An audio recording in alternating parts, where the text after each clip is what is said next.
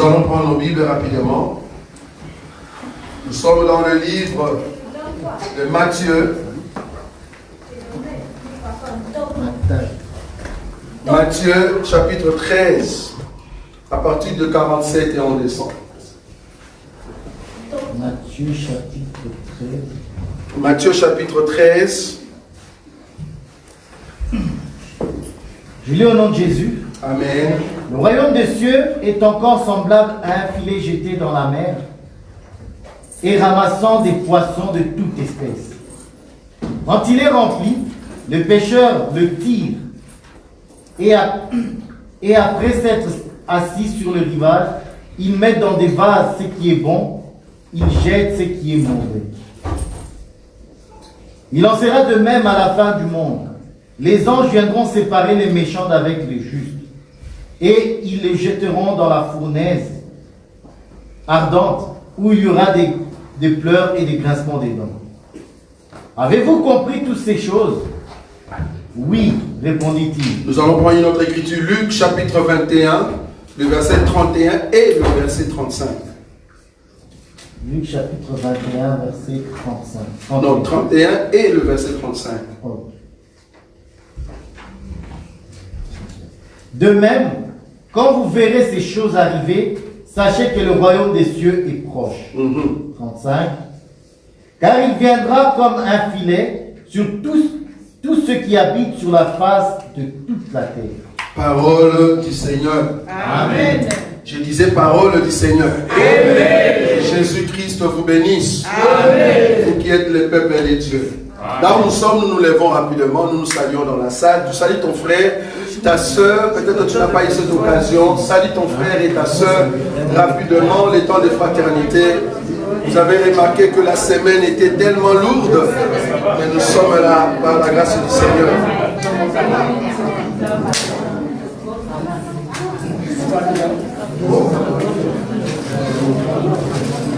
Que Jésus-Christ soit loué. Frère Owen, ça va? Tu vas bien? Ça va? Non. Jamais je l'ai pas ici. Non, je ne l'ai pas ici. Tu l'as laissé à la maison? Oui, je crois que c'est à la maison. Tu l'as laissé à la maison? Ouais. Tu vas venir à t'emmener là alors?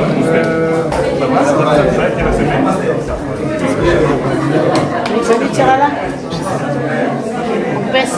Pendant la semaine, on peut s'appeler. Oui, on peut s'appeler, je te On peut donne. prendre le numéro après.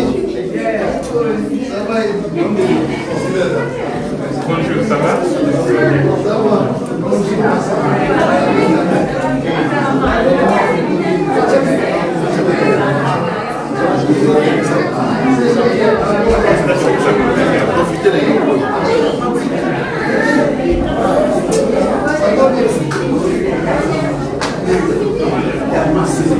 Que Dieu soit loué.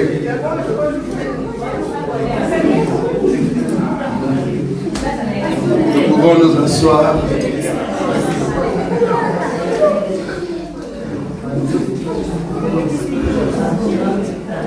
Nous pouvons nous asseoir.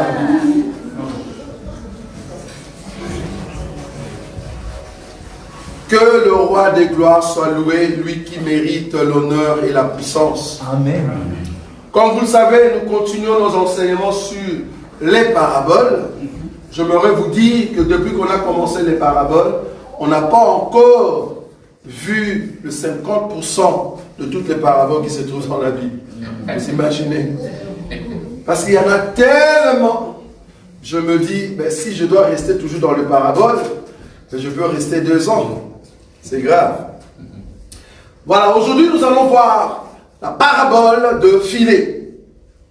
Comme vous savez, pour tous ceux qui ont habité au pays près de la mer ou d'une fleuve, une ville côtière, vouloir ou pas, vous avez déjà compris ce qu'on appelle des pêcheurs. Ce qui est un pêcheur?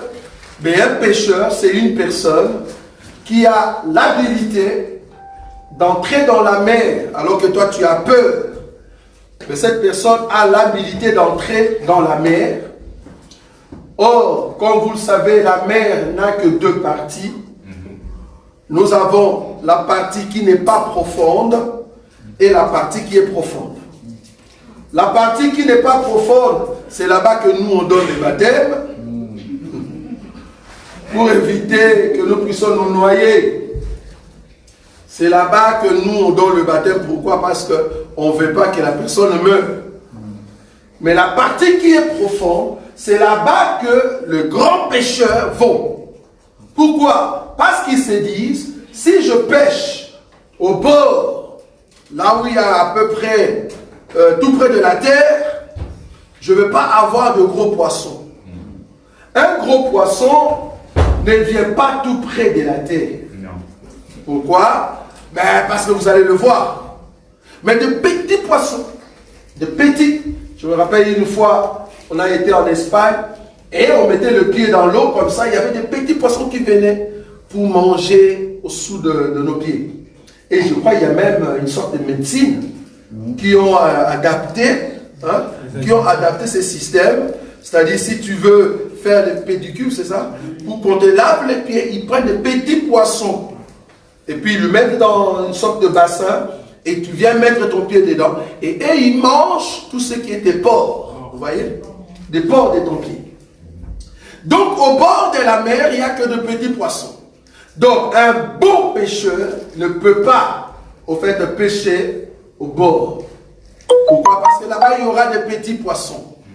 Et les petits poissons aiment trop le bord. Parce qu'ils se disent, si je reste dans le fond de la mer, ben, les gros poissons vont me manger. J'aime ça, c'est très important. Donc, du coup, un grand pêcheur doit aller au fond, au fait, de la mer. Et c'est là-bas qu'il doit chercher une bonne position de sa barque. Je commence déjà à prêcher si vous ne comprenez pas. Une bonne position de sa barque. Et c'est là-bas qu'il va jeter son filet. Mais qu'est-ce qu'il espère dans sa tête? D'abord, il doit être sûr que son filet n'a pas de trous. Pourquoi? Parce que si le filet a des trous, ben, il y aura des poissons qui vont s'infiltrer et sortir par là. Pourquoi? Parce que ton filet n'était pas approprié. Et je me te dis, nous avons de pêcheurs imprudents qui ont des filets troués. Quand ils jettent leur filet, ben, les poissons ne savent pas rester. Et surtout les petits poissons. C'est pour cela quand tu as le filet et que ta vision est de prendre et les grands et le petit, il faut que ton filet ait une dimension bien spécifique pour éviter que le petit poisson puisse s'en échapper. Donc si tu as un trou dans le filet, il y a un problème. Ok. Et quand tu jettes le filet, qu'est-ce qui se passe? Ben, tu attends, tu espères. Donc, quand le filet touche l'eau, tu espères que les poissons vont venir. Ils seront attrapés par rapport à la dimension de ton filet. Donc, le filet a été créé pour être jeté dans un coin spécifique. Et dans ces coins-là, tu espères que les poissons vont entrer sous ton filet. Et c'est comme ça que tu peux ramasser maintenant le filet et l'amener sur ta barque. Arrivé sur ta barque, il ne faut pas amener tout pour aller manger. Je me te dire, dans le filet, il y a d'autres poissons que tu n'as pas besoin. Alors, qu'est-ce qu'il faut faire? Tu les ramènes à la barque. Maintenant, il faut laisser les autres qui ne sont pas appropriés pour ne pas être mangés à ce moment-là. Qu'est-ce que tu fais? Si tu es bon, il ne faut pas être comme des pêcheurs du Congo. Un animal que tu ne veux pas manger, mais tu le tues. Pourquoi tu le tues? Tu pouvais le laisser aller calmement. Quelqu'un qui a vu une fourmi qui n'a rien fait, mais tu le tues. Pourquoi? Tu ne sais pas le mettre dehors. Tu peux juste le mettre dehors. Imagine si tu étais une fourmi. Tu n'as rien fait. Mais tu rencontres quelqu'un qui te tue. Tu n'as rien fait. Tu ne l'as même pas piqué. Mais pourquoi tu me tues? Ou peut-être jeter dans ta maison. Ben, fais-moi sortir, je vais chercher une autre maison. Et nous avons de pêcheurs comme ça. Un animal qui entre, au lieu de le laisser rentrer dans la mer, vous allez comprendre pourquoi je dis ça, ben il les tue. Bon, c'est tout à fait normal parce que le poisson en question n'a pas de valeur. Vous voyez ça? N'a pas de valeur pour toi. C'est pour cela que tu le tues. Donc c'est ça en fait ce que nous voulons voir aujourd'hui. Ce que je dis ici, c'est comme on dit, présenter l'idée de mon enseignement. Très important. Alors que nous avons lu dans le livre de Matthieu, Jésus-Christ qui va dire, à partir du verset 47, il dit ceci: le royaume des cieux est encore semblable à un filet jeté dans la mer et ramassant des poissons de toute espèce. Quand toi tu vois de toute espèce, tu penses que tous les poissons de la terre étaient entrés dedans. Nous, dans la révélation, nous disons non. Le filet en question n'a pris que 2 espèces. Et nous allons le prouver. Quand la Bible dit de toute espèce, nous voulons voir quelles sont les espèces qui ne peuvent venir que dans le filet. Très important. C'est ce que nous voulons voir. Et quand les espèces sont là-dedans, la Bible dit 48, quand il est rempli, donc il y a un temps pour jeter, un temps pour attendre et un temps pour que le filet soit rempli. Et quand le filet sera rempli, alors le pêcheur le tire. Et après s'être assis sur le rivage, en d'autres termes, après avoir quitté la profondeur, il faut qu'il sorte pour aller vers le rivage. Et ça, vous avez vu ça? Les trajets en question, nous allons l'expliquer. Arrivé maintenant au rivage, qu'est-ce qui se passe? Ils mettent dans des vases ce qui est bon et ils jettent ce qui est mauvais. Ils n'ont pas tué, mais ils l'ont jeté. J'aime ça. Mais après avoir jeté, mais ils s'en vont où? Ce qu'on a jeté. Le verset 49, Jésus donne l'explication. Il en sera de même à la fin du monde. Les anges viendront séparer les méchants d'avec le juste. Ok, je commence maintenant mon enseignement. Je vais prendre une écriture. Je suis dans le livre de Matthieu chapitre 4, frère Boïka. Le verset 18 à 22. Matthieu chapitre 4, le verset... Comme il marchait le long de la mer de Galilée, Très bien. il vit 2 frères, Simon appelé Pierre et André son frère, Oui.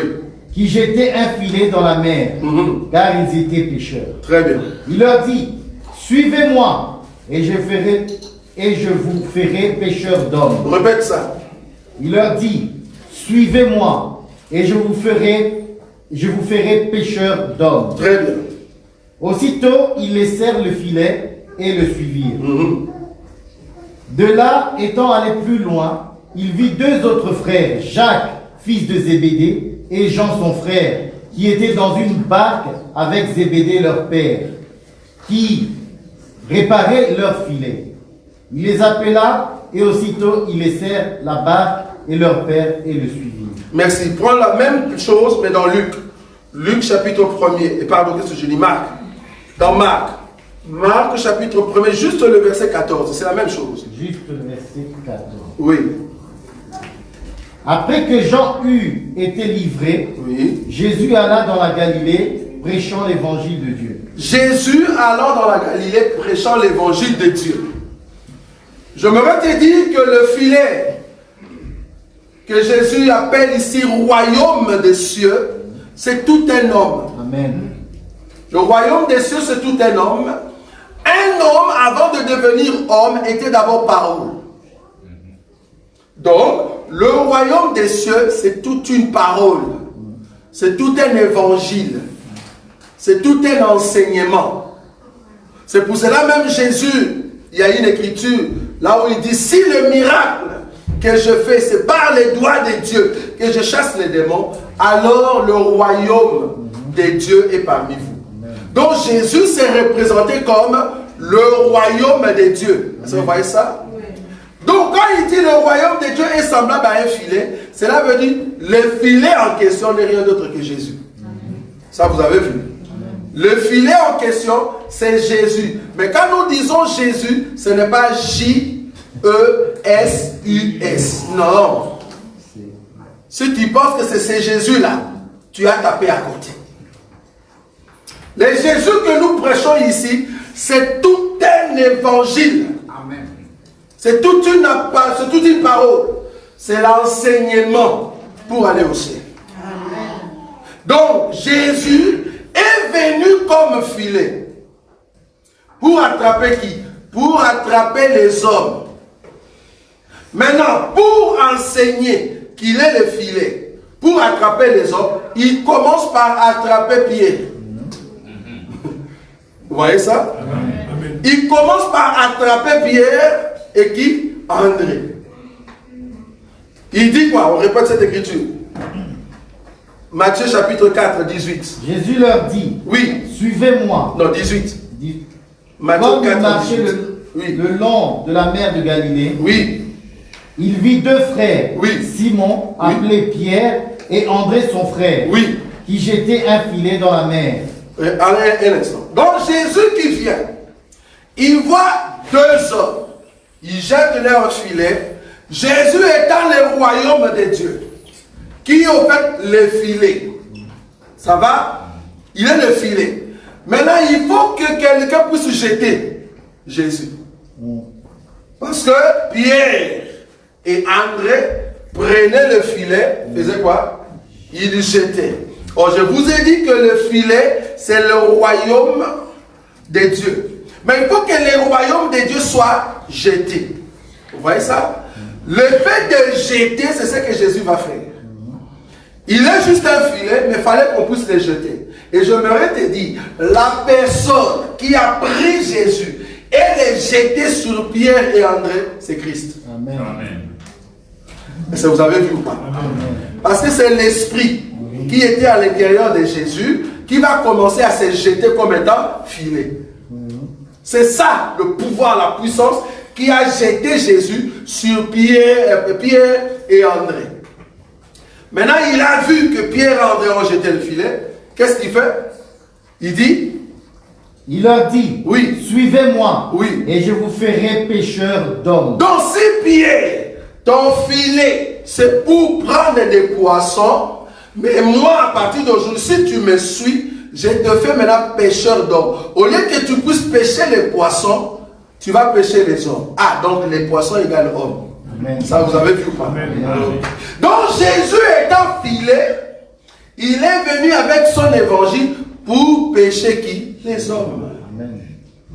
Et ça, vous avez vu? Amen. Et le Christ qui est en lui, il va donner la force, la puissance pour que Jésus se jette à tout moment. Donc quand tu vois Jésus prêcher, c'est un filet qu'on a jeté.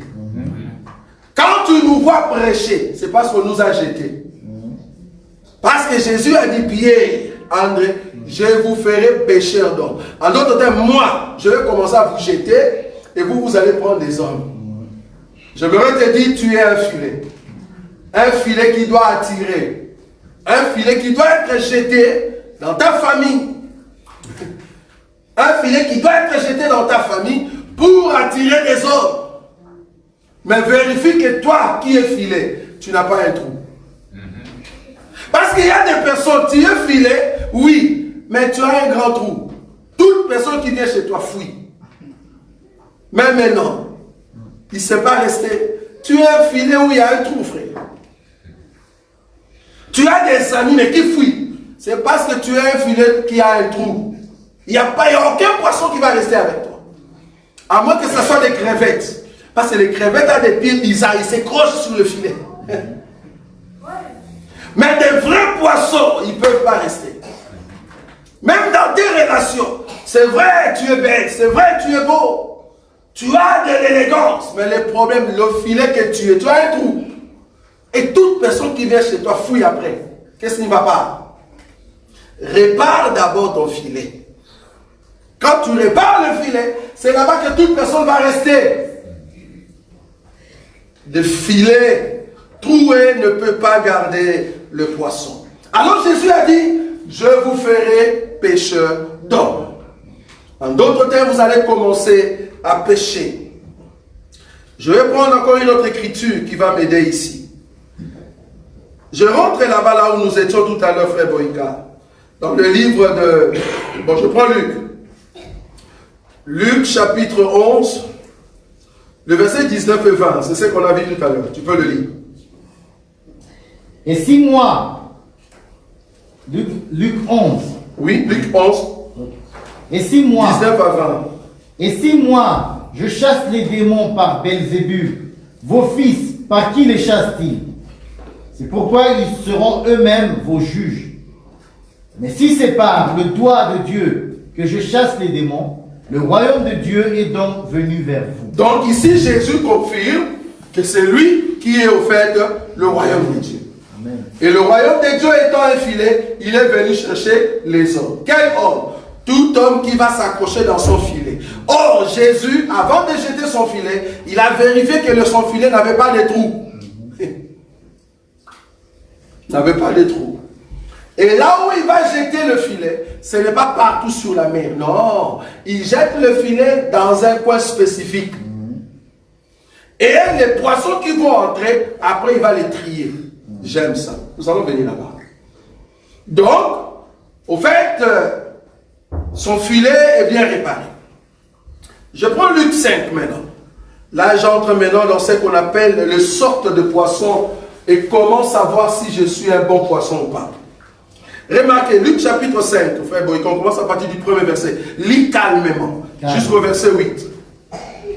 Comme Jésus se trouvait auprès du lac de Génézareth, Très bien.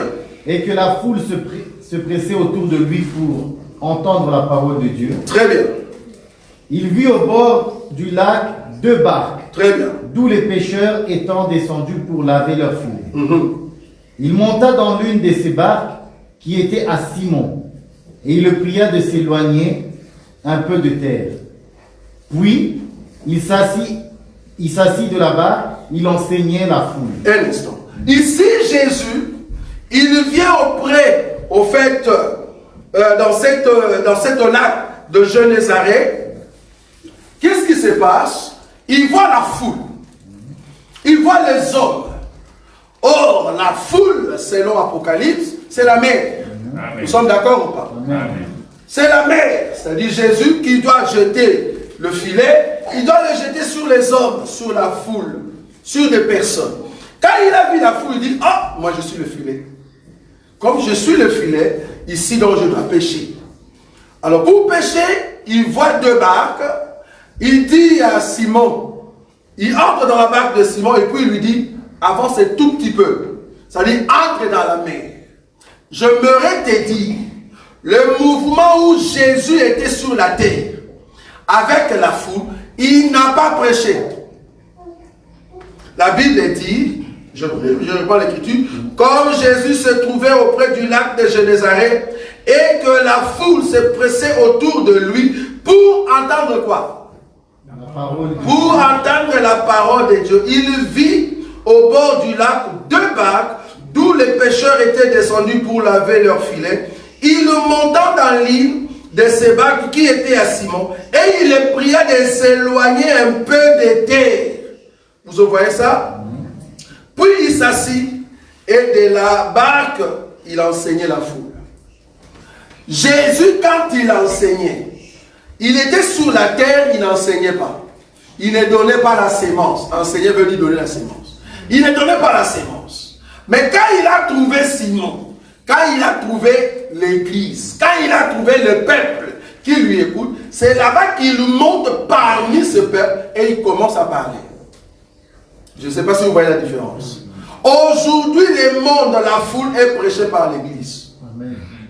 C'est l'église qui prêche. Parce que nous avons Christ qui est le filet entre nous. Et quand nous prêchons, en réalité, nous ne donnons pas la sémence. Nous parlons en parabole. C'est seulement ceux qui sont avec nous qui comprennent notre langage. C'est pour cela ceux qui ne sont pas de l'autre, ils ne peuvent pas comprendre notre enseignement. Et je me te dire, notre enseignement n'est pas pour tout le monde. Nous ne prêchons pas tout le monde. Nous prêchons ceux que Dieu a sauvés dans le monde et il les a amenés vers nous. C'est eux qui reçoivent notre enseignement. En réalité, un païen qui écoute la parole de Dieu et qui vient en Christ Jésus, c'est un païen prédestiné. C'est un païen prédestiné pour écouter cette parole. C'est comme ça qu'ils viennent maintenant dans la barque. Donc, le mouvement de Jésus de sortir de la terre pour aller vers la barque, c'est le mouvement où Jésus quitte Israël et vient vers les nations qui n'est rien d'autre que l'Église. Et c'est par l'Église que nous prêchons. Vous voyez ça? Mais en parabole, Jésus n'a pas donné l'enseignement. Il a enseigné, c'est vrai, mais en parabole. C'est-à-dire, il n'y a pas d'explication. Il a expliqué ça aux autres. Remarquez dans d'autres écritures, ce qu'il prêchait là-bas, c'était quoi? C'était les semeurs, l'enseignement du semeur. Il a parlé ça encore, mais il a donné l'explication à ceux qui étaient dans la barque, c'est-à-dire aux Pierre et aux disciples. Mais ce n'est pas notre enseignement aujourd'hui. Ce qui m'intéresse ici, c'est quoi? Parce que j'ai entendu quelqu'un, parce qu'il y a des hommes de Dieu terribles qui sont tout le temps au Congo. Et malheureusement, au Congo, j'ai remarqué que beaucoup de personnes n'aiment pas l'enseignement profond. Ils aiment seulement l'enseignement au bord de l'eau, là où il y a des petits poissons. Et je me redis, le petit poisson, quand il est au bord de l'eau, vous avez déjà vu le petit poisson, comment il court au bord de... Mais nous les voyons, comment il court. Mais un gros poisson, tu ne le vois pas. Tu as même peur que tu nages, il se pourrit, qu'il se cache au fond. Mais c'est un gros poisson. Mais des petits poissons, quand ils jouent au bord de la mer, nous les voyons. Et je me redis, il y a des prédicateurs qui sont des petits poissons. Moi, je les appelle des petits poissons. Pourquoi? Parce qu'ils n'ont pas la profondeur de ce que nous présentons. J'ai vu un petit poisson au Congo. Est-ce qu'il faut que je cite son nom? Parce qu'apparemment, ces derniers temps, c'est lui. Tout le monde court derrière cet homme. Ils disent, ah, quelle révélation. Alors que les messieurs nous donnent que de foutaises. Quand tu le suis, que de fausseté. Sur l'enseignement. Il est venu de Lubumbashi. Il s'appelle, je crois, David Kateba, quelque chose comme ça. Je vous dis, quand il parle, tout le monde sont épatés. Mais moi, je l'ai suivi, il a parlé sur Noé. Je vous dis, quelle erreur. Mais tout le monde a clamé. Il dit, waouh. J'ai dit, voilà les petits poissons. Or, nous autres, nous voyons comment est-ce que ces choses se présentent. Un homme de Dieu qui présente un enseignement qui n'est pas juste, je suis désolé de le dénoncer à tout moment. Parce que si vous pensez que vous pouvez avoir quelque chose de bon, je suis désolé, je dois le dénoncer. Pourquoi? C'est la Bible qui me le dit. La Bible me dit que ceux qui sont dans les maisons, c'est là-bas qu'il faut le juger. Comme je l'ai dit toujours, le jour où je vais dire de fausseté, vous avez les droits de me juger. Tu cites mon nom, tu dis non. Frère Roger, là, c'était une fausseté. Je veux me repentir. Si c'était un païen, je n'allais pas citer son nom. Je cite parce que c'est un bien-aimé qui est dans le Seigneur. Ce n'est pas un péché. Pas du tout. Parce que quand on a repris Apollos, on avait repris, je ne sais pas si vous voyez ça, on a repris Apollos parce qu'il prêchait sur les baptêmes, l'homme de Dieu. On a pris Apollos à côté. Quand on a pris Apollos à côté, en réalité, il n'y avait que 3 personnes. La femme, qu'on appelle Priscille, c'est ça? Et Aquilas et Apollos. Ils étaient qu'à 3. Mais comme la Bible veut que nous puissions dénoncer quelque chose qui n'est pas... Jusqu'aujourd'hui, nous tous, nous savons qu'Apollos avait tapé à côté. On nous a tout dit qu'Apollos avait tapé à côté. On l'a dénoncé. Mais c'est notre frère. Le fait de dénoncer quelqu'un, cela ne veut pas dire que la personne est fausse. Ce n'est pas ce que j'ai dit ici. J'ai dit l'enseignement en soi, ce que tu as présenté, c'est tapé à côté. Il a parlé sur Noé et l'enseignement n'était pas juste là-dedans. Il n'a pas vu la valeur de la femme de Noé qui ne pouvait pas se présenter quand Noé avait bu du vin. Si tu ne vois pas, alors tais-toi. Au lieu de dire des bêtises. Là, il commençait à dire, ah ben Noé, ce que tu as fait, tu voulais maudire tes enfants. Toi-même, tu es venu te déshabiller et maintenant tu commences à maudire tes enfants. Frère, tu n'as pas vu l'esprit de Christ là-bas, tais-toi. Tu n'as pas vu? Si tu savais qu'aujourd'hui, les Noël là, aujourd'hui encore il est encore nu. Amen. Et le vin est encore dans sa tête. Amen. Et il a fait exprès pour que nous puissions venir dans la maison et voir sa nudité. Amen. Et la femme ne voulait pas, quand il buvait le vin, la femme dit, ok, va boire ton vin là-bas, moi je viens pas. C'est la femme qui ne voulait pas. Si tu ne connais pas cette femme, nous on connaît son nom. C'est la femme. Oh. Si tu sais rien, tais-toi au lieu de dire des bêtises, c'est l'esprit de Christ. Amen. Parce que cette femme, c'est Israël. Amen. Qui ne voulait pas accompagner l'homme quand il buvait le vin. Et la Bible dit, l'homme est venu dans la tente. Oh, dans la tente, la femme n'y est pas. Dans la tente, les grands frères n'y est pas. Il était dans les champs. Le petit frère qui était parti pour dépenser son argent, il est déjà revenu. Si tu ne vois pas, tais-toi. Au lieu de dire de bêtises. Et tout le monde criait. Waouh, quelle révélation. Alors que c'était à côté. Donc ici, des petits poissons sont au bord. Nous comprenons. Mais là au bord, il n'y a que de paraboles. Tu ne comprends rien du tout. Il faut que Jésus maintenant dise cette parole, frère Boïka. Le verset 4. Verset 4. Lorsqu'il eut cessé de parler, Oui. il dit à Simon, avance en plein eau Oui. et jetez vos filets pour pêcher. Où est-ce que vous avez vu ça? J'étais au bord, je parlais en parabole. Mais Jésus a dit, ok, maintenant je vais changer le langage. Je vais entrer dans le langage du profondeur. Il dit, Pierre, avance la barque là-bas, dans la profondeur. Je me te dire, nous avons le peuple du bord et le peuple de la profondeur. Amen. Le peuple de la profondeur, c'est l'église. Israël, c'est le peuple qui est au bord. Il ne peut pas comprendre les choses de Dieu aujourd'hui. Il y a 4 jours, on l'a bombardé. Israël. 4 jours, on l'a bombardé. C'est l'Iran qui l'a bombardé. Il dit, voilà parce que tu as fait ça, je te bombarde. Et j'ai suivi le premier ministre israélien qui a dit, ce que l'Iran a fait, il ne comprend pas. Ben, nous allons lui donner une leçon. En d'autres termes, quand eux, ils vont répliquer contre l'Iran, l'Iran aussi va répliquer. Et après, Israël va répliquer. Et c'est là-bas que les grands messieurs, la Russie et les États-Unis vont commencer à intervenir. Je vous dis, ça sera terrible. Bien que Israël frappe le Liban, mais il y a l'Iran qui est intervenu. Il dit, moi aussi je viens. Il a bombardé. Maintenant, Israël se prépare pour frapper très fort. C'est vrai, nous, on est ici en Belgique. On ne voit pas ces choses, mais nous étions dans la prière ici la fois passée avec vous. Il y a une sœur qui nous dit, nous vous suivons, mais où? En Israël, mais sous des cachettes. Non, c'était en Liban. Elle était en Liban. Elle était en Liban, elle nous suit en direct, mais cachée, parce qu'il y avait des bombes d'Israël qui tombaient. Et nous, on était ici, on mangeait. Vous voyez?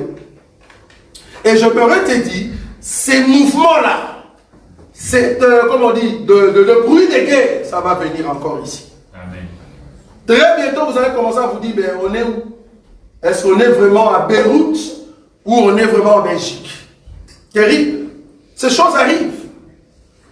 Jésus dit à Pierre, avance, entre dans la profondeur. Il ne faut pas laisser Israël. Laissez Israël qui n'a rien compris, la foule. Laissez-le. Nous entrons là-bas dans la profondeur. Pourquoi? Parce que Jésus cherchait des poissons qui sont dans la profondeur. Des petits poissons là-bas, ils ne peuvent pas. Là-bas, c'est des grands. Et là-bas, dans la profondeur, c'est terrible. J'ai vu une sorte de documentaire. On nous a montré un poisson qui a des lèvres avec de rouge à lèvres. Est-ce que vous avez déjà vu ça? Oui, oui. Amen. On a pris une photo de ce poisson qui a une face bizarre. Et le poisson a de rouge à lèvres. Dans la profondeur, il y a des poissons qui ont des faces bizarres. Dans la profondeur, c'est là-bas qu'il y a des poissons qui sont trop méchants. Oui. C'est dans la profondeur. Ils se cachent dans les noirs, mais ils sont dangereux. Mais ils ne sont plus dangereux parce que le filet est parti le trouver là-bas et les ont pris. Ils sont captifs, esclaves entre les mains de Pierre. Amen. Nous avons au milieu de nous de frères et sœurs qui étaient méchantes dans le monde, mais quand le filet est venu, il les a pris et les a amenés en Christ Jésus. Dieu a banni tout ce qui était la méchanceté. Et ils sont aujourd'hui de bonnes personnes. Parce que Jésus les a sauvés. Parce que c'est Jésus qui transforme. Nous étions dans la profondeur et Dieu nous a attirés vers la barque, qui est au fait la barque de Pierre, c'est-à-dire l'église. Souvenez-vous, c'est Pierre qui détient la clé de l'église. Donc, Pierre représente l'église. La barque de Pierre représente l'église. Donc, du coup, dans la profondeur, Pierre a jeté le filet et il y avait beaucoup de poissons. Le verset 6, le frère Boïka. L'ayant jeté, oui, il prit une grande quantité de poissons. Très bien. Et leur filet se rompait. Un instant. Nous sommes dans le verset 6. L'ayant jeté, en d'autres termes, ayant prêché la parole de Dieu. Est-ce que vous comprenez ça? Quand il jette le filet, cela veut dire ayant prêché l'évangile de Christ, ayant proclamé le royaume de cieux. C'est-à-dire, très bientôt nous allons partir dans notre royaume. C'est ça l'évangile de Christ. Amen. L'évangile de Christ est l'évangile de l'enlèvement. Je suis désolé si tu viens ici et que tu as besoin d'une parole du genre, le Seigneur va au fait ouvrir cette porte devant toi. Je vois une main de l'Éternel sur toi. Tu seras béni et tu vas acheter des maisons. Nous ici dans notre évangile, pour acheter des maisons, va travailler, frère. Ne souffre pas. Il n'y a personne, tu es assis comme ça et puis on te donne une maison. À moins que ça soit l'héritage. En tout cas, si c'est en Europe, on va te demander où est-ce que tu as pris ça. En tout cas, en Afrique, là, ça passe. Tu ne sais pas comment on a pris cette maison et puis on te donne un cadeau. Mais ici, on va te demander comment tu as eu cette maison. Est-ce que vous voyez ça? Donc, pour avoir une maison ici, en tout cas, le Seigneur doit en tout cas te donner la force d'aller travailler. Il peut aussi ouvrir de portes de business, pourquoi pas. Nous ne sommes pas contre le business. D'ailleurs, nous poussons le peuple de Dieu à devenir des entrepreneurs. Personnellement, j'en ai marre du salaire. J'aimerais être comme la sœur Victoire, une entrepreneuse, vous voyez ça? Tu as ta propre société et tu travailles dans un coin, pourquoi pas? C'est bien ça. Et moi-même, je gère tout ce que je possède. Rester esclave d'une personne, en tout cas, ce n'est pas la sémence d'Israël. Israël a été enseigné à être des entrepreneurs. Et j'aimerais vous dire, être entrepreneur est mieux que d'être un salarié. Essayez, vous allez voir. Parce qu'il y a beaucoup de frais, beaucoup de charges qu'on coupe, qu'en réalité, en aucun jour, on va te remettre ça. Surtout l'assurance. On te dit assurance des chaussures, assurance de lunettes, assurance des chemises, assurance des tricots, assurance des pantalons. N'osez même pas aller faire ça au Congo. Il y a même des assurances de respirer. Tu respires l'air, on te donne une assurance. Tu dis bonjour, assurance de bonjour. Il y a tellement des assurances et des documents qu'il faut faire si tu es un entrepreneur. Mais heureusement, ici en Europe, tu peux encore être entrepreneur et gagner mieux que ton salaire.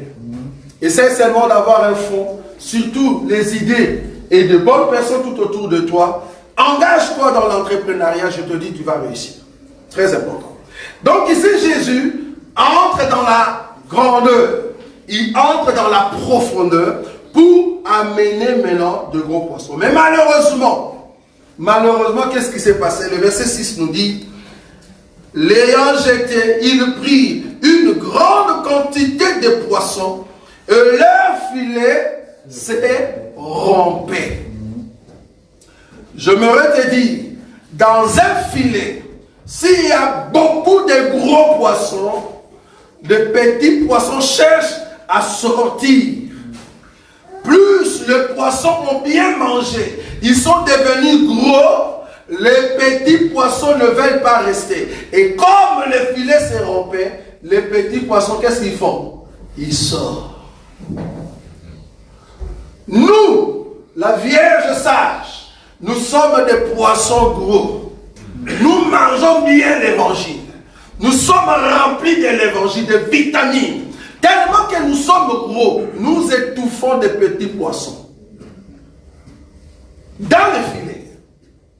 Je ne parle pas de tous les poissons dans l'eau. Je parle, nous sommes dans le filet. Est-ce que vous voyez ça? Amen. On sait qu'il y a beaucoup de petits poissons parce que les filets seront. Ils vont sortir, rentrer où? Dans la mer. C'est ça qui va se passer le jour de l'enlèvement. Nous, la Vierge sage, ayant offert l'évangile, respectant l'évangile, mettant en pratique l'évangile, mais malheureusement au milieu de nous, au milieu dans le monde, il y a encore de petits poissons qui n'ont pas grossi. Ils n'ont pas l'évangile. Ils étaient parmi nous. Parce que le Seigneur les avait appelés par le filet. Il y a beaucoup d'appelés, mais peu d'élus. Amen. Vous voyez ça? Nous sommes entrés dans le filet, c'est vrai. Mais est-ce que tu es gros? Si tu n'es pas gros, ben tu ne sauras pas rester parce que le filet c'est rond. Le filet c'est rond. Comme le filet c'est rond, vouloir ou pas, il y a l'ouverture, de petits poissons vont sortir. Et je me te dit, au milieu de nous, si tu es petit poisson, tu vas nous fuir. Oh, pourquoi je dis ça? Ça fait trop mal. Ben, je le dis comme Jésus quand il a dit à Pierre. Pierre parlait un peu trop. Il regarde Pierre. Tu vas me régner tout à l'heure. Tu parles trop. Tu vas me régner tout à l'heure. Est-ce que vous voyez ça? Tu vas me régner tout à l'heure. Malheureusement, au milieu de nous, il y aura un peuple qui va nous fuir. Vous allez fuir pourquoi? Mais vous allez fuir parce que dans le monde, il fait beau. Dans le monde, la musique du monde, ça fait beau. Dans les églises du monde, ça fait beau. Quand ils chantent, il y a des danses. Vous, là-bas, vous ne dansez pas. Vous, là-bas, vous parlez seulement de l'enseignement, mais il n'y a pas... Mon frère, je cherche un peu cette ambiance. Quelle ambiance? Ici, il n'y a pas d'ambiance, frère. Quelle ambiance que tu cherches? Nous, on n'est pas dans une boîte de nuit ici. Quelle ambiance? Tu veux qu'on te laisse danser comme tu veux? Non, ici, on ne danse pas. Ici, on vient écouter le pouls. On vient écouter le Seigneur. Seigneur, tu es sûr vraiment que quand Jésus chantait, parce qu'il est dit dans la Bible, Jésus chantait. Donc Jésus ne bougeait même pas. Si tu as une écriture, donne-nous. Où Jésus bougeait. Et si tu penses que Jésus bougeait par la hanche, ça c'est le Jésus du Congo. Parce que le Jésus de la Bible, il ne bouge pas par la hanche. Je vous dis, pourquoi je parle de mon pays de foi? Parce que ça me fait mal. Il y a eu une génération qui vient de sortir. Cette génération, ils vous dansent. Devant tout le monde, ils mettent leur veste sur leurs hanches et ils dansent la danse des balouba devant tout le monde et la hanche fait tout le mouvement que l'on peut faire sur le lit. Et tout le monde acclame. Vous voyez, ça devient normal. Ça devient normal. Nous ici, ce n'est pas possible. Si je le fais, vous voyez comme la soeur me prend en vidéo, les personnes, ça va aller tout au loin. Il dit voilà, la personne que vous suivez, regardez seulement comment il bouge la hanche. Mais je vous dis, ça c'est un secret entre nous. Ce n'est pas que je ne bouge pas la hanche, mais je le fais seulement pour une personne. Seulement ma femme. C'est elle qui a le droit de voir comment je bouge la hanche. Mais tous ceux qui restent, non, vous n'avez pas le droit. Vous avez le droit de me voir comme un palmier. Je suis debout fixe. Je ne bouge pas. Sinon vous allez prendre des photos. Mais quand je suis à la maison, je suis à l'aise. Qu'est-ce que je veux dire par là? Un enfant de Dieu marié, tu n'as pas le droit de danser des danses qui ne respectent pas l'écriture.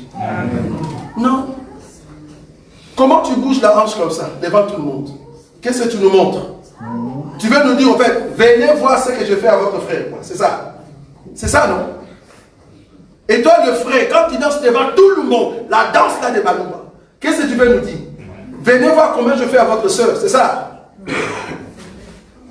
David n'a pas dansé par la hanche. Ça, c'est l'erreur que beaucoup font. David a dansé la danse qu'on appelle humilité. Amen.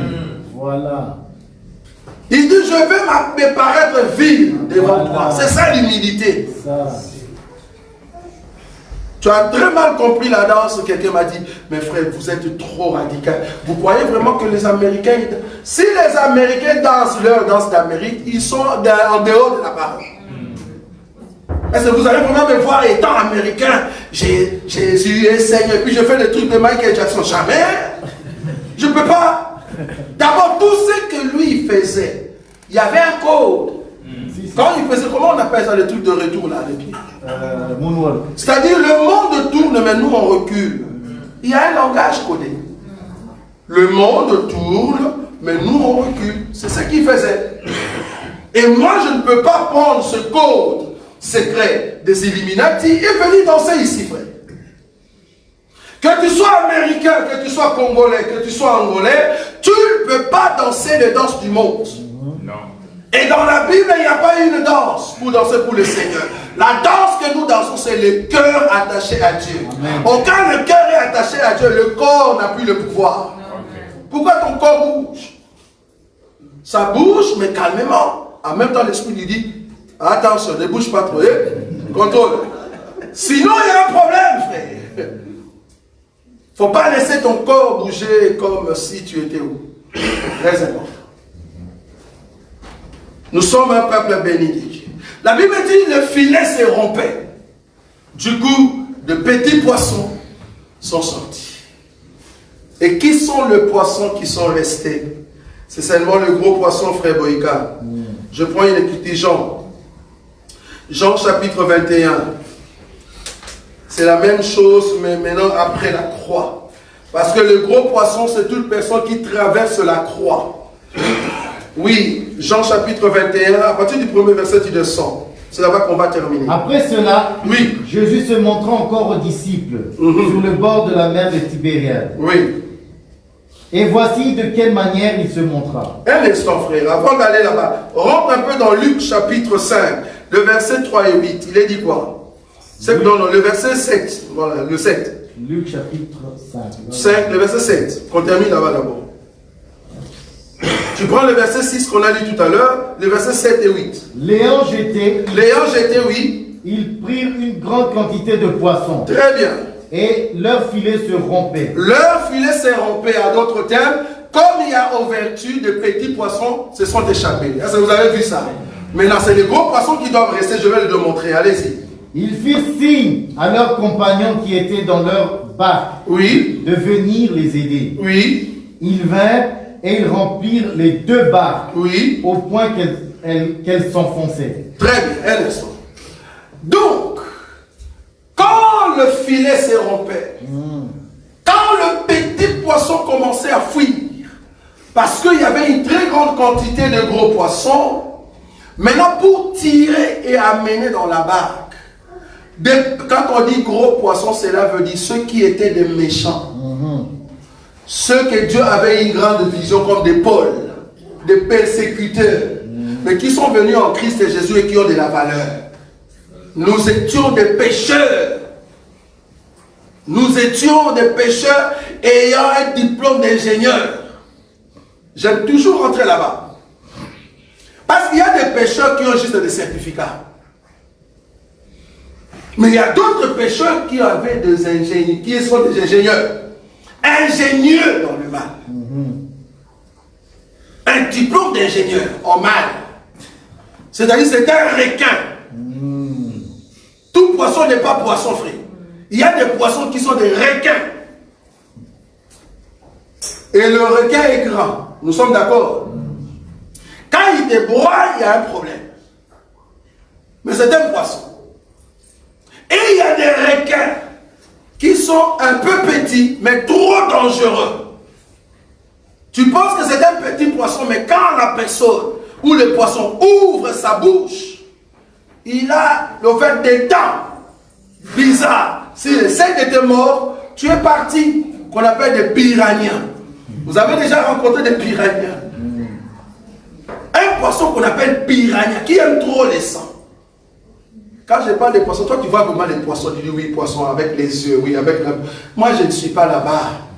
Quand je parle de piranha, je parle d'un homme qui dans le monde, tu le vois calme. Mais quand la personne commence à t'insulter, tu dis mon Dieu, mon roi, quel temps Si je veux te terminer comme tu es. Mais la personne paraît calme.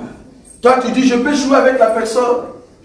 Parce que quand tu vois un requin, tu dis, il est déjà dangereux. Il y a d'autres personnes, à vue comme ça, rien que la face. Bon, je n'insulte pas. Rien que la face, tu dis, ça c'est un méchant. Trop de rides. Tu dis, ah, il y a un problème. Bon, ça peut être l'apparence. Mais on a vu quand même au Congo de gens qui ont fait le service qu'on appelait à l'époque les hiboux. Je ne sais pas pour ceux qui sont passés par le Congo. Ces gens-là ne souriaient pas, frère. Quand tu as un problème au Congo et qu'on t'envoie des hiboux, frère, dès qu'ils arrivent, d'abord, toi, tu fais 2 fois sa poids. Dans la grandeur de sa poitrine. Là, donc, tu ne vois pas la couleur de sa peau, ça devait être trop noir. Pourquoi? Parce qu'il a tapé trop sur le mur. Et la personne, s'il te prend par la main, tu dis, ça c'est une machine qui m'a pris.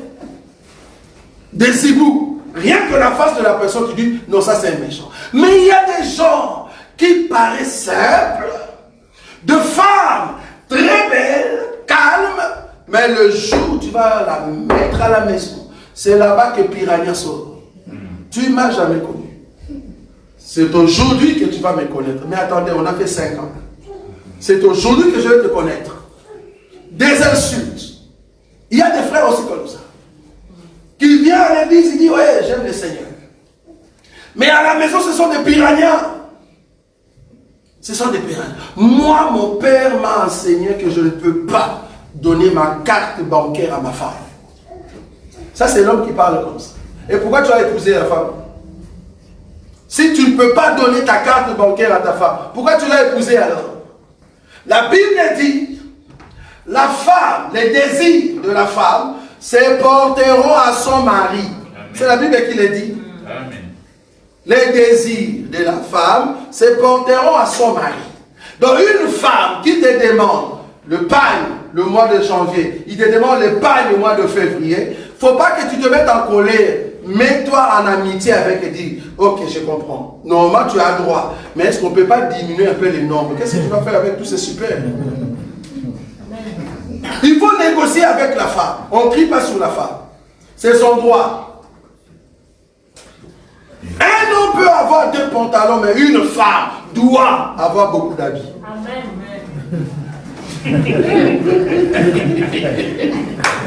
Je répète.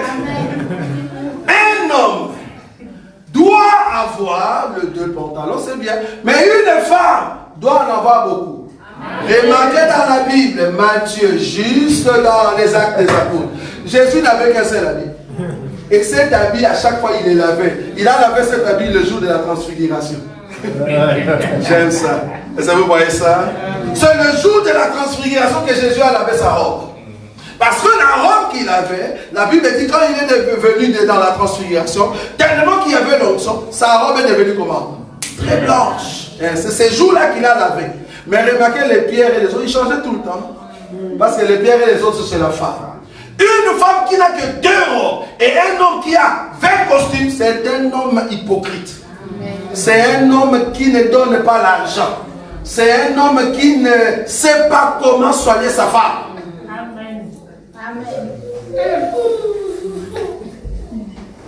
C'est un homme qui ne soigne pas sa femme. Très important. Un homme qui mange très bien et la femme ne mange pas trop bien, il y a un problème. Parce que l'argent que tu travailles, l'argent que tu fais, c'est pour ta femme dans notre évangile.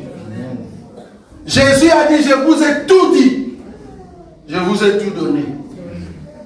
Il n'a pas dit, non, non, je te donne 20%, les 80% je gère encore. Non. Il a tout donné à la femme. Mais la question de savoir, si je dois tout donner à cette femme, une femme qui a 80 ans, moi j'en ai que 2, pour que mon cœur bouillonne, afin de donner la carte, d'acheter à la femme tout ce qu'elle veut, ça doit être quelle femme? Ça, c'est bon. Si c'est une femme comme Judas, je ne te donne rien. Fungola. Si c'est une femme qui n'est pas soumise, je ne te donne rien. Il ne faut jamais donner à une femme insoumise ton argent. La carte. La carte, jamais.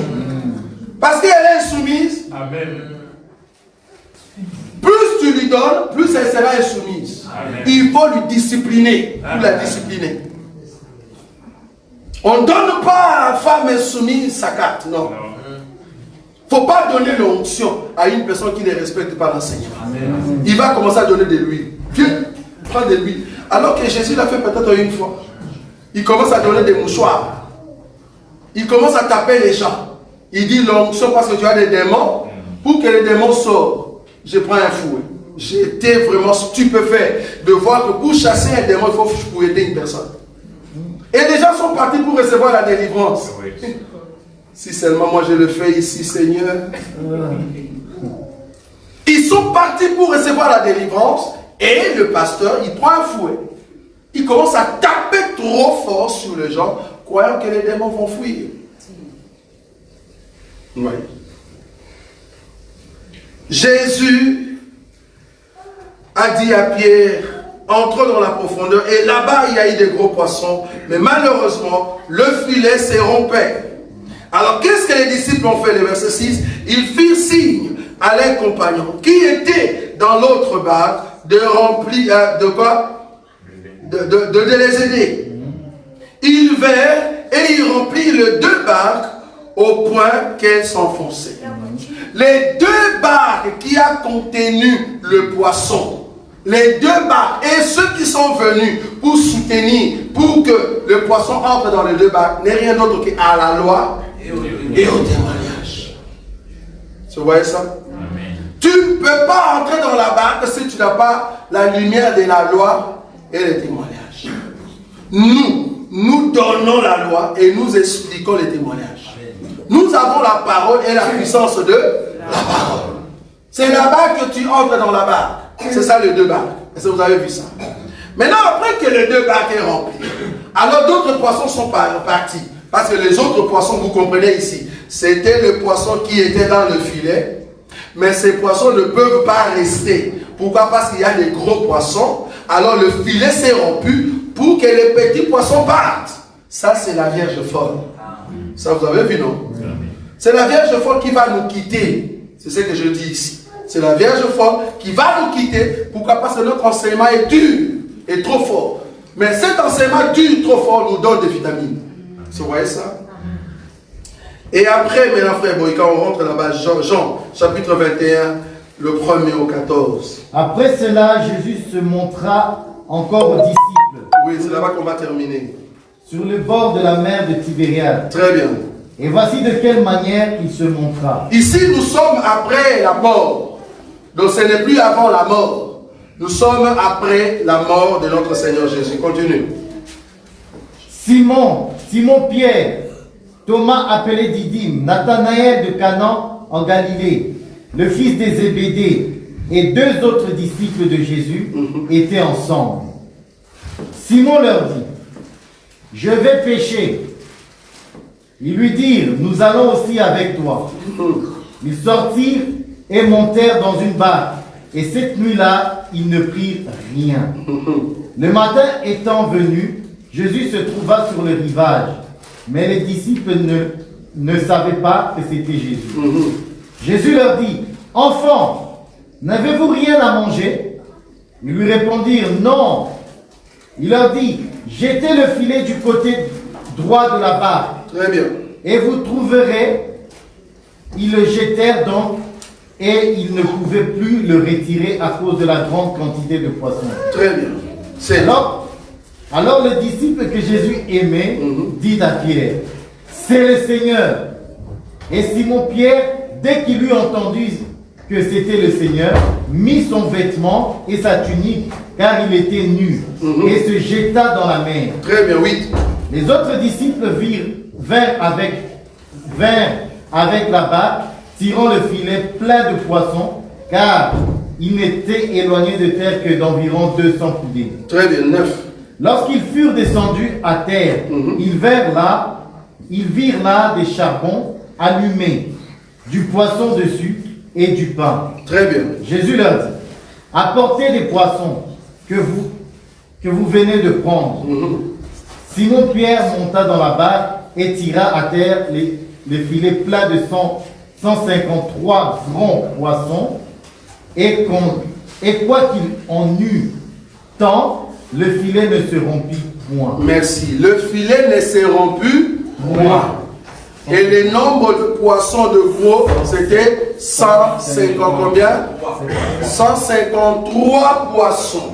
Mais avant de tirer ces poissons, le verset 9 nous dit, lorsqu'ils furent descendus à terre, ils virent là des charbons allumés, du poisson dessus et du pain. Ce que eux ils ont vu comme poisson sur les charbons avec le pain, ces poissons-là n'est rien d'autre que le Seigneur Jésus. Amen. Je répète, les poissons qui est sur les charbons et à côté il y avait le pain, c'est le Seigneur Jésus sur la croix. C'est lui d'abord le poisson. Pour que vous ayez des gros poissons, pour appeler les gros poissons, il faut qu'un poisson d'abord meure sur les charbons. Vous voyez ça? Donc, le verset 9, c'est le Seigneur qui est le poisson qui a été mis sur les charbons pour que nous ayons des gros poissons. Remarquez, on nous a dit qu'il y avait 153 poissons. Ça dit 1, 5, 3. Je prends une écriture. Les 153, bien que dans l'autre on dit 153,6. Je prends une écriture. 2 Chroniques. C'est quoi les 153 poissons, gros poissons? 2 Chroniques 2, le verset 17. C'est quoi le 153? C'est quoi ce chiffre-là? 2 Chroniques 2, 17. Remarquez cette écriture. C'est quoi le 153? Salomon compta les étrangers. Comment? Salomon compta tous les étrangers. Donc Salomon va commencer à compter tous les étrangers. Oui. Qui étaient dans le pays d'Israël. Qui étaient dans le pays d'Israël. Qui étaient dans le filet de pierre. Est-ce que vous voyez ça? Qui étaient dans le filet de pierre, oui. Et dont le dénombrement avait été fait par David. Oui, que David avait déjà fait. Oui. On trouva 153 600. 153 000,6. Vous voyez ça? Donc le chiffre 153 est lié aux étrangers. Ça vous avez vu ou pas? C'est lié aux étrangers. Donc les 153 gros poissons, c'est les temps des étrangers. C'est le temps où Dieu vient prendre un peuple qui sont devenus de gros poissons pour les amener afin qu'ils adorent les dieux tout-puissants. Amen. Je ferme ma Bible. La parabole du filet, c'est la parabole de la prédication de l'évangile de Christ. Un évangile qui vient attirer les 153. Parmi qui? Parmi les étrangers. Ce n'est pas tout le monde qui est gros poisson, parce qu'il y aura une quantité qui va quitter. Et la quantité de 153, notre filet n'a pas de trous. Parce que la Bible dit, le filet ne se remplit pas. Ce sont ceux qui mettent en pratique exactement la parole de Dieu. Le filet n'a pas de trous, frère. Si dans d'autres églises, ils ont des filets qui ont des trous, si dans d'autres évangiles, leur évangile a des trous, nous, dans notre évangile, il n'y a pas de trous, frère. On ne peut pas rompre notre évangile. C'est un évangile propre qui garde que le 153 qui sont venus de partout sur la terre parmi les nations. Amen. Si tu entends le son du filet sur la mer, si tu entends le son de la prédication de l'évangile de Christ, frère, ne ferme pas ton cœur. Aujourd'hui, l'évangile qui peut t'amener au ciel, je vous dis, c'est l'évangile de Christ. Amen. Il n'y a pas un autre évangile. Ce n'est pas l'évangile de la prospérité. Non, c'est faux. Aujourd'hui, la prospérité que nous avons, c'est en Christ et Jésus. Amen. Nous ne prêchons pas l'évangile de la prospérité. La prospérité que nous avons, c'est en Christ et Jésus. L'évangile des sang précieux. Oui, l'évangile des sang précieux qui est en nous. Pas l'évangile des sang précieux qu'on invoque. Le sang précieux est en nous. L'évangile de la main de l'Éternel, oui, parce que la main de l'Éternel nous garde. Nous sommes gardés. J'ai été stupéfait de voir qu'aujourd'hui, les hommes, ils ont corrigé Dieu en ce qui concerne le terme patriarche. Les hommes, au lieu d'avoir un patriarche, ils ont mis en place un matriarche. Ils ont élu une femme comme étant matriarche. Un mot qui n'existe pas dans la Bible. Un mot qui n'a rien à voir avec les choses de Dieu. Matriarche. En d'autres termes, si vous voulez voir votre père Abraham, lui c'est l'homme.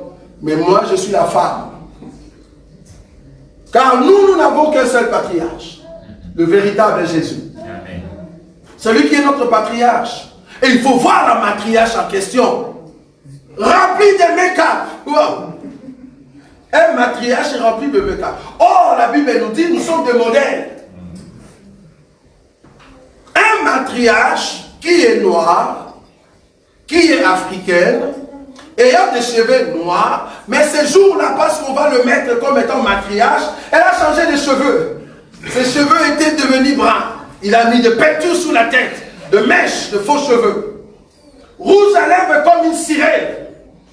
Des bijoux pas mal. Et au-dessus de tout, il met la robe de leur pape. On dit, moi et monsieur le pape, nous sommes dans la même famille.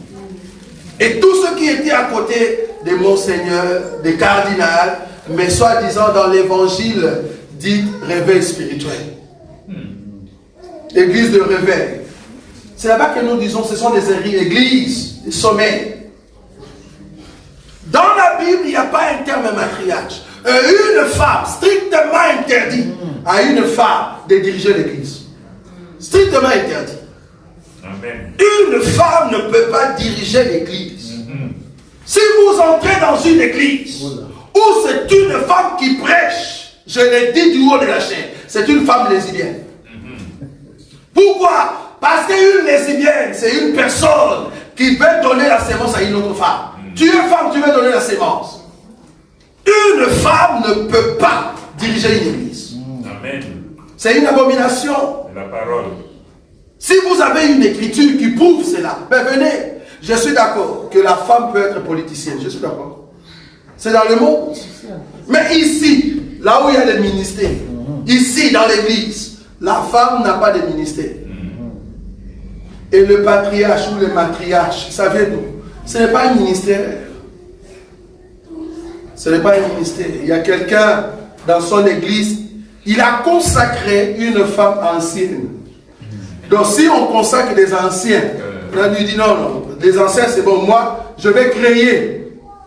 Et puis il vient, il appelle une femme, il dit, à partir d'aujourd'hui tu deviens ancienne. Ça ne se trouve pas dans la Bible. En d'autres termes, on l'a mis comme bishop. Une femme bishop, c'est une abomination devant Dieu. Une femme bishop, c'est une abomination. Une femme révérende, c'est une abomination. Ce sont les hommes qui ont créé ça. Ce sont les hommes qui ont créé.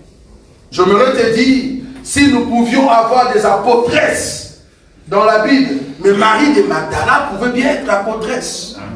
Mais à aucun jour Jésus l'a reconnu comme apôtre. Et d'ailleurs, le jour où Jésus allait se rencontrer avec ses frères, Marie était là venant comme si c'est moi qui ai vu quand le Seigneur est ressuscité. Elle vient, le Seigneur lui dit, oh Marie, ne me touche pas, je ne suis pas encore monté chez mon Père. Allez dire à mes frères, mais toi ne viens pas. Toi, Marie, ne viens pas. Mais dis à mes frères de venir me rencontrer à Galilée. Mais toi, n'ose même pas de venir. Quand la Bible dit, allez faire de tous les hommes mes disciples, cette parole-là, quand Jésus a dit ça, il n'y avait pas Marie. Non. Il n'y avait que le 11. Que les hommes, frère. Les baptisants, au nom du Père, on a vu une femme aujourd'hui qui baptise. Oh, quelle abomination. Toi, une femme, tu tues l'animal pour que nous puissions manger. Que le Seigneur pardonne ces gens. Vous ne comprenez pas ce que vous faites. Dans cet évangile, quand tu penses que ce sont des paroles simples et que tu oses prendre une personne pour donner les baptêmes, tu as tué cette personne 3 fois. Parce que tu es une femme. Une femme ne peut pas donner le baptême. Non, une femme ne peut pas donner le baptême. Et une femme ne peut pas prêcher. Amen. Nous ne pouvons pas venir ici et écouter une femme. Le jour où vous allez voir dans cette église, une femme s'élève pour venir prêcher ici, comprenez que je ne suis plus sur la terre. Comprenez que je ne suis plus sur la terre. En d'autres termes, le vrai peuple de Dieu ne sont plus sur la terre. Parce qu'en aucun jour nous allons permettre qu'une femme puisse nous donner la sémence. Non. Parce que nous sommes contre les lésidianismes Amen. spirituels. Amen. Amen. Nous acclamons le Seigneur.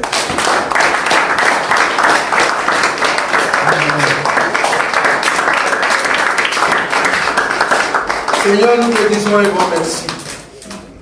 Le véritable filet qui nous a pris là où nous étions dans le monde et nous a amenés dans le royaume éternel par l'évangile de Christ. Bénis ton peuple, que cet évangile reste dans nos cœurs et que cela nous amène dans la grandeur. Nous sommes un peuple béni, car ta parole nous guide à chaque instant et tu redresses nos cœurs à s'attacher à toi parce que tu es Dieu.